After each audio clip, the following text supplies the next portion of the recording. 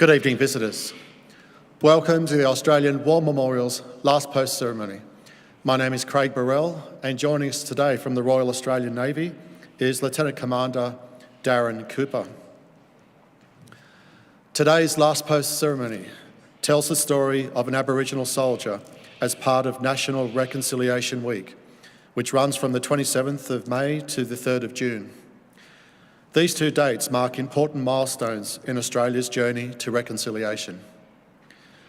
On the 27th of May 1967, the Australian public voted overwhelmingly to change the Constitution to include Aboriginal people in the census and to allow the Commonwealth to create laws for them.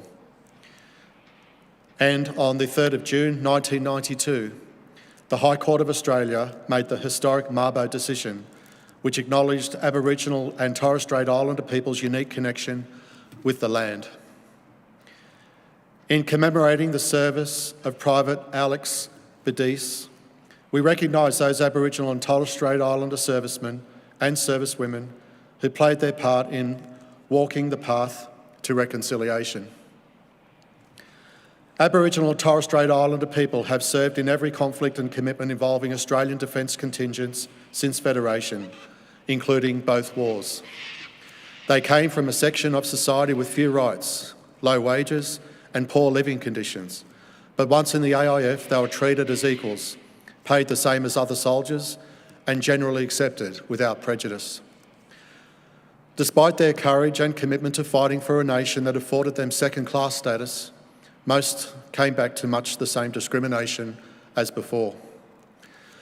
By telling their stories, we hope to come to an understanding of the depth in their sacrifice and dedication, which will in no small way illuminate the path to reconciliation. A shared history of service and commitment will unite, not divide.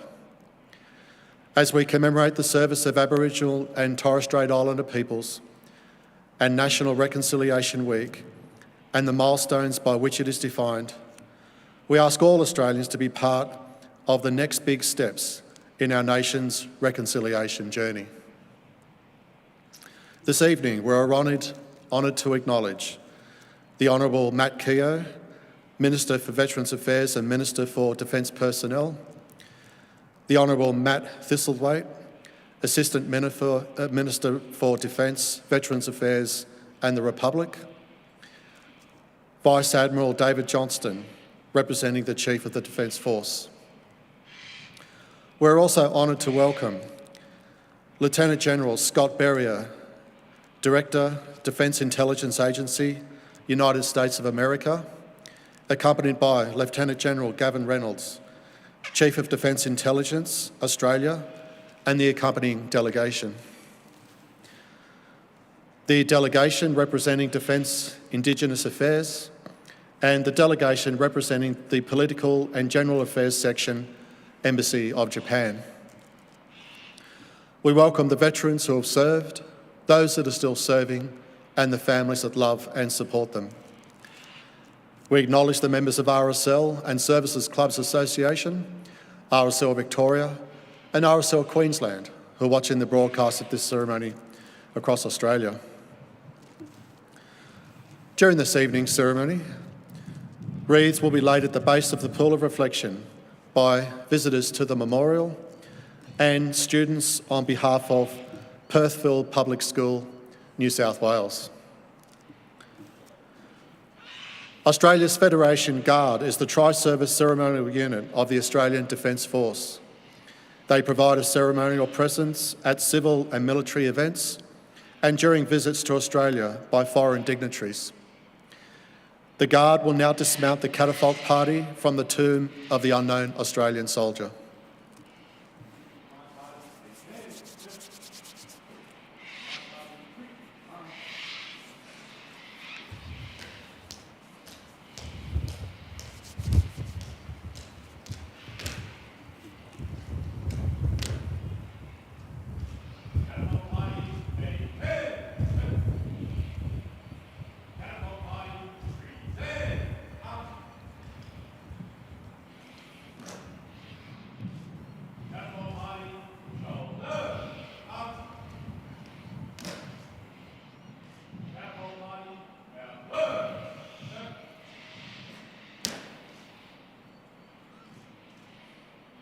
Catapult Party, slow!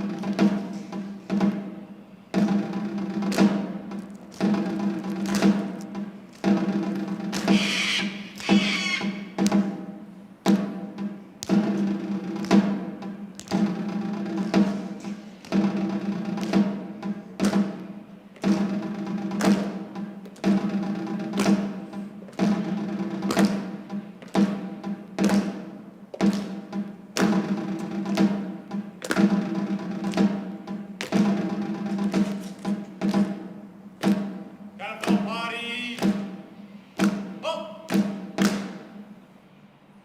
Catapult Party, present! Out! Catapult Party, reverse!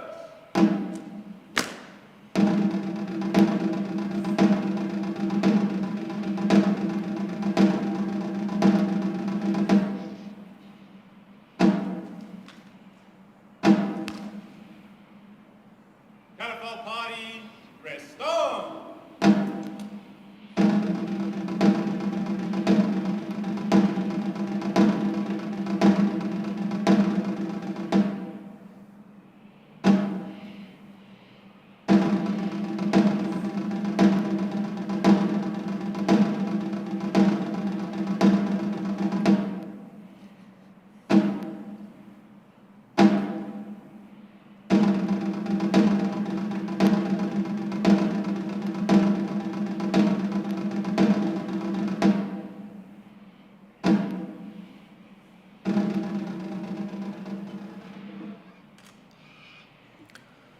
If you're able, please stand and join in singing the national anthem.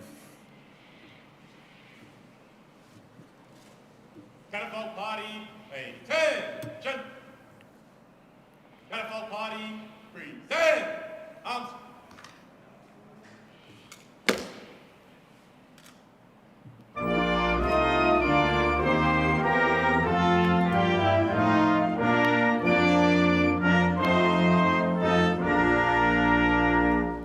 Australians, all let us rejoice, for we are one and free. With golden soil and wealth for toil, our home is good by sea. Our land abounds in nature's gifts of beauty, rich and rare. In history's page, let every stage advance Australia fair. Enjoy from strange, then let us sing. Advance Australia fair. Catapult Party, shoulder, arms. Catapult Party, order, arms.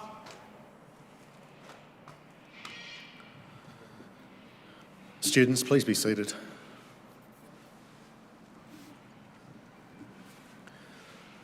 The Australian War Memorial was the vision of Charles Bean, Australia's First World War official historian.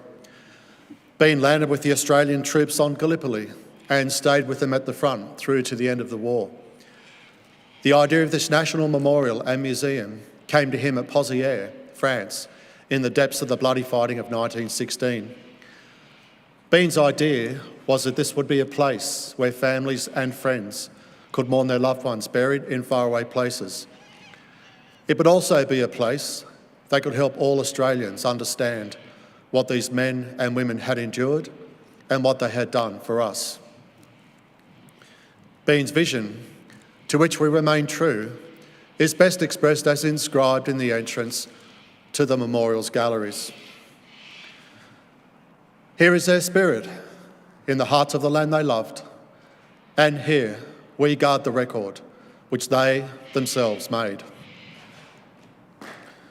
Tonight, we will read the story behind just one of those on the Roll of Honour, which lists the names of more than 102,000 men and women who have given their lives for us in war and on operations for more than a century. But first, we present a lament, Flowers of the Forest. Wreaths or floral tributes will now be laid at the base of the pool of reflection.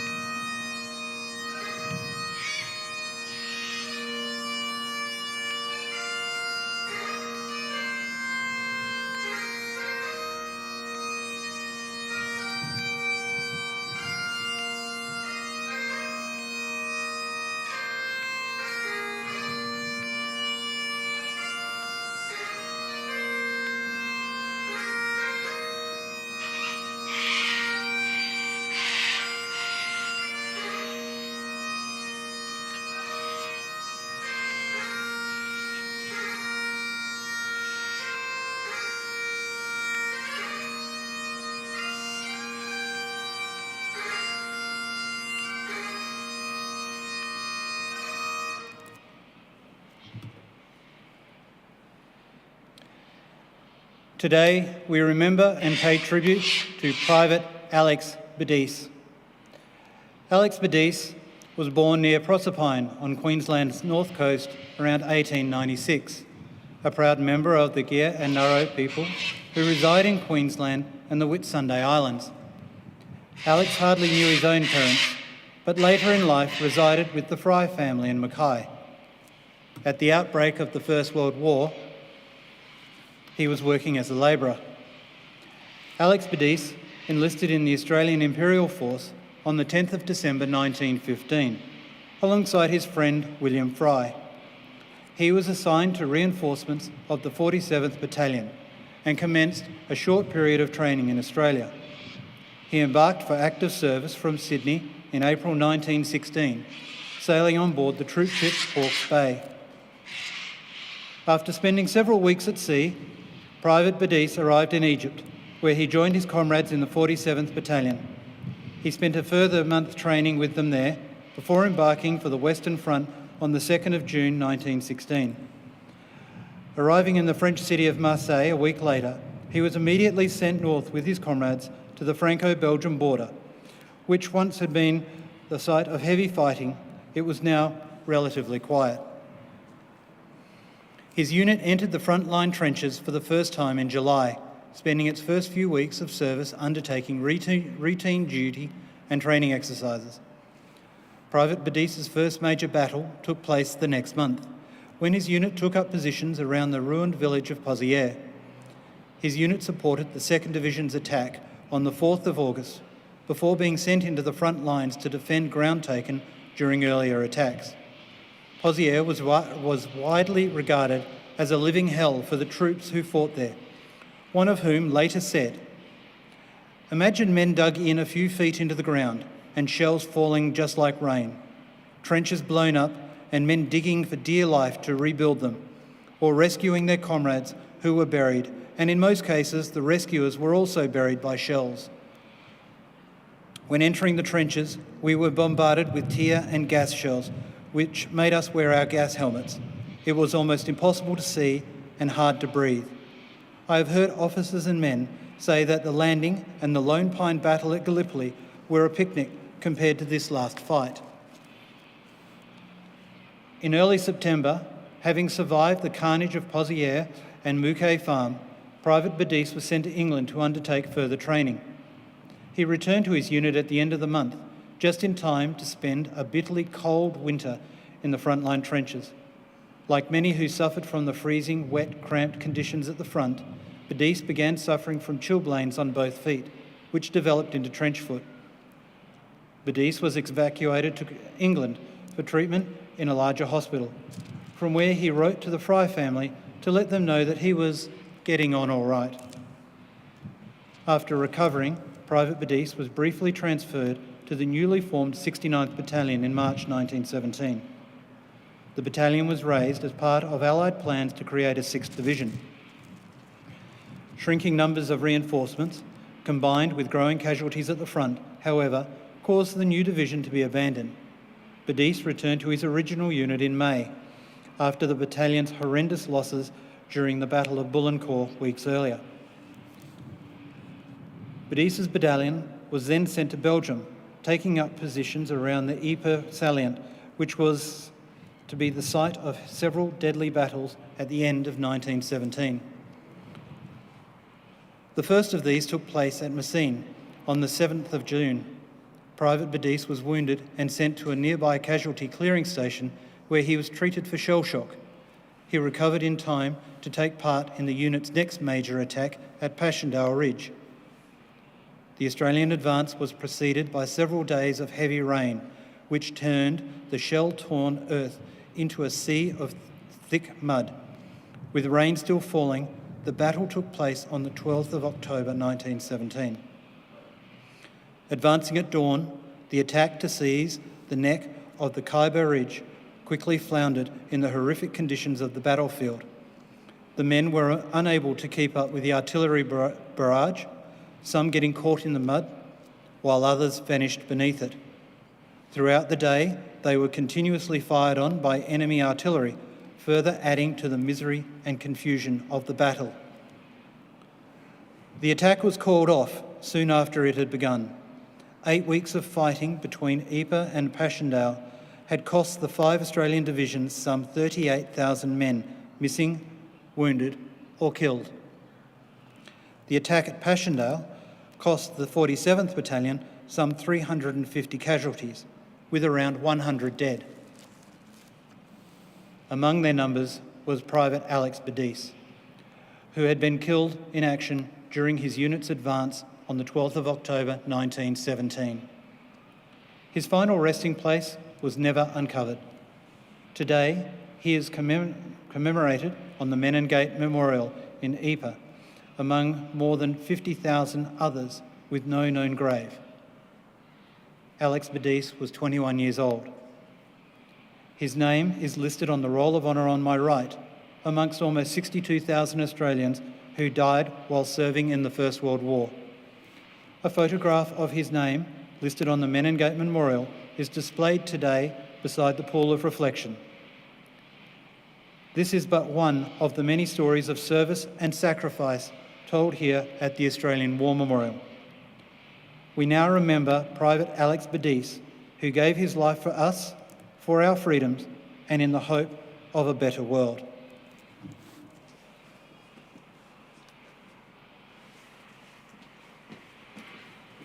Please stand for the ode and the reading of the last post. Catapult party, shoulder, arms.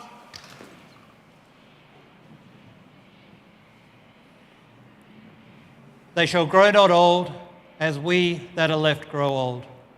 Age shall not weary them, nor the years condemn. At the going down of the sun and in the morning, we will remember them. Catapult party, present, arms.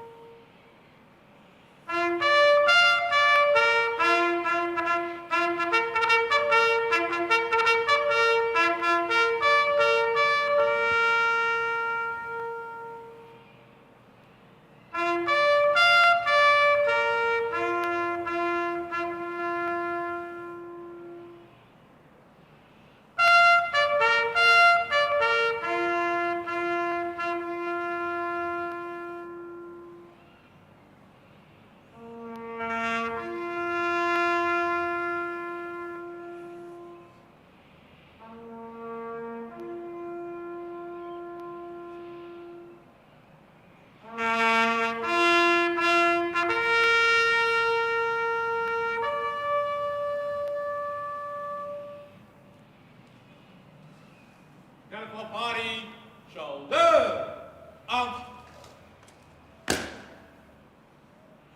Lest we forget. Lest we forget.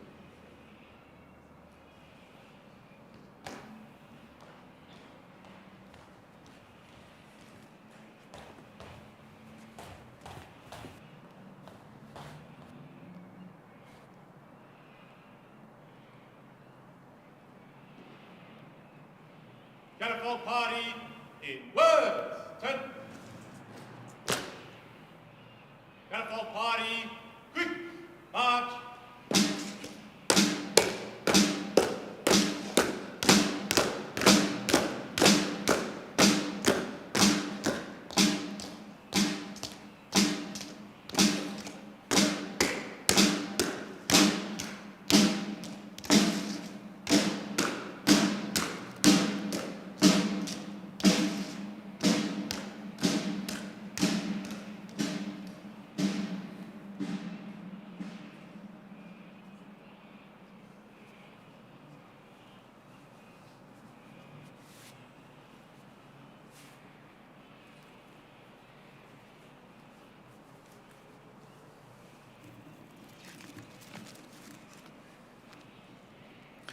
We leave you this evening with the words of the memorial's founder, Charles Bean.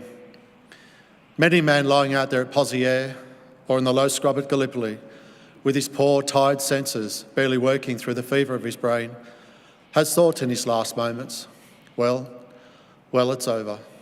But in Australia, they will be proud of this. Ladies and gentlemen, girls and boys, that concludes the last post ceremony. On behalf of the Director and staff, thank you for visiting the Australian War Memorial today and for your continued support during the Memorial's development project. We wish you all a very pleasant evening.